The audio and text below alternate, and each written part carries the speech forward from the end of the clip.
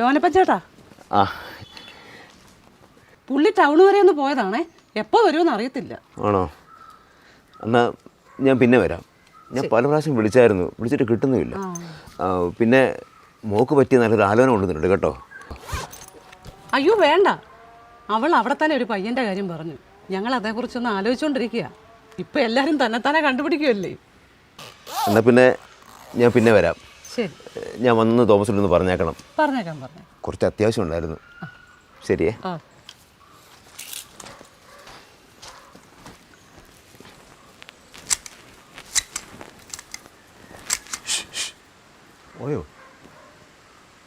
പോയോ എൻ്റെ മനുഷ്യ, എത്ര നാളായി ആ മനുഷ്യൻ ഇവിടെ കയറി ഇറങ്ങി നടക്കുന്നു.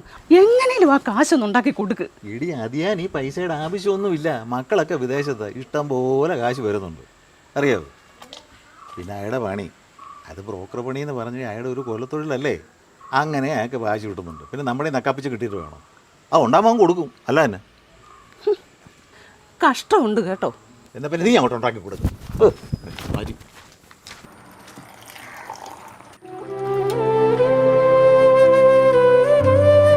ഇങ്ങനെ ചോദിക്കുമ്പോൾ കാശ് എടുത്ത് തരാം. എൻ്റെ കയ്യിൽ എവിടെ ഇരുന്നിട്ടാ?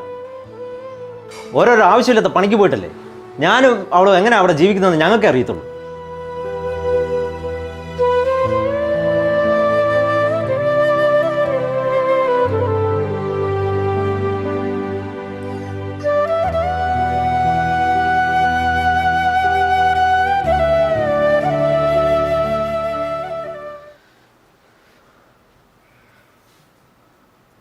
അപ്പം അവൾ നിന്നെ ഒന്നിനും സമ്മതിക്കത്തില്ലല്ലേ? എനിക്കെല്ലാം മനസ്സിലാവുന്നുണ്ട് മോനെ. പക്ഷേ നീ എന്തിനാ എന്നോട് ദേഷ്യപ്പെടുന്നെന്ന് എനിക്കിപ്പോഴും മനസ്സിലാകുന്നില്ല.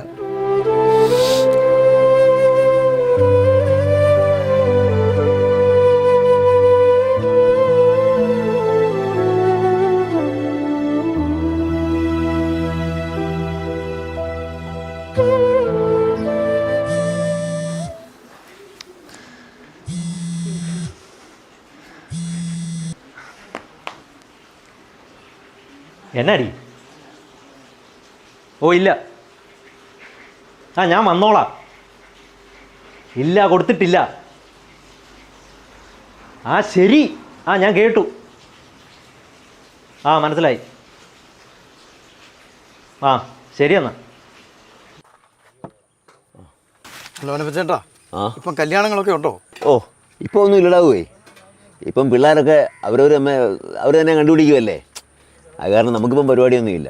പിന്നെ ആണ്ടിൽ ഞങ്ങളാന്തിയൊക്കെ വല്ലതും ഒക്കെ ഒറ്റൊക്കെ തടയും. മാസം ജോറൂട്ടി പൈസ അയക്കത്തില്ലേ? പോരാത്തതിന് വലിയൊരു വീടും. പിന്നെ ഇതിൽ പരം എന്നാ വേണ്ടത്? വീട്ടിലൊരു ജോലിക്കാരിയെ വെച്ചാലേ ഈ തട്ടുകടയിൽ വന്നിരുന്ന് ഇങ്ങനെ ചായ കുടിച്ച് വെറുതെ കാശ് കളയേണ്ട ആവശ്യം വല്ലതും ഉണ്ടോ? ജെയിംസേ, നീ ഇപ്പം നിൻ്റെ ചാച്ചനോട് തന്നെയല്ലേ? എൻ്റെ ലോനപ്പൻ ചേട്ടാ, അവളും ചാച്ചനും തമ്മിൽ ചേരത്തില്ല. പിന്നെ ഞാൻ അവിടെ വീട്ടിലേക്ക് അങ്ങ് പോയി. എന്തിനാന്ന് പിന്നെ പിള്ളേരുടെ മുന്നിൽ കിടന്ന് വഴക്കിടുന്നത്? ചാച്ചനിപ്പം അവിടെ ഒറ്റയ്ക്കല്ലേടാ? വെക്കാനും കുടിക്കാനും ഒക്കെ ചാച്ചൻ അറിയാവുന്നേ. പിന്നെ അവളുള്ളപ്പോഴും ചാച്ചൻ അങ്ങനെയൊക്കെ തന്നെയാണ്. ഞാൻ ഇടയ്ക്കൊക്കെ നോക്കാറുണ്ടെന്നേ. ചില കാര്യങ്ങളൊന്നും നിങ്ങൾക്കിപ്പം മനസ്സിലാകത്തില്ല. അതിനൊരു കാലം വരും. ഇറങ്ങുക, പട്ടിലെഴുതിക്കോ കേട്ടോ.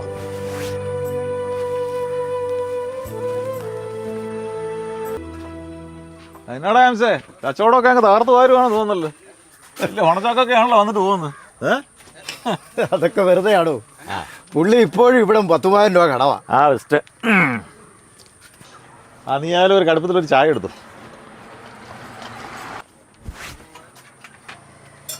എടാ, നീതുവിൻ്റെ കല്യാണത്തിനേ നീ അയാളുടെ കാശ് വല്ലതും മേടിക്കായിരുന്നു?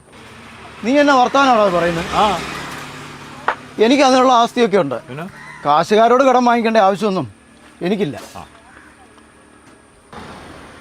പക്ഷെ ഞാൻ അങ്ങനെയൊന്നും അല്ലല്ലോ കേട്ടത്. നീ ഞങ്ങൾക്ക് കാശ് കൊടുക്കാനുണ്ടെന്നാണല്ലോ. ഇതവർക്ക് വല്ല പൈസയാണോ? പൂത്ത കാശുള്ള ടീമാണ്. എടാ, അപ്പം ഞാനൊരു കാര്യം പറയാം. ആരോടായാലും കാശ് മേടിച്ചാൽ കറക്റ്റായിട്ട് തിരിച്ചു കൊടുക്കണം. അതാ എൻ്റെ പോളിസി. അതാ ശരിയാണോ? ഓക്കെ, കാണാം കേട്ടോ. ഇച്ചിരി പണിയുണ്ട് വിളിച്ചത്.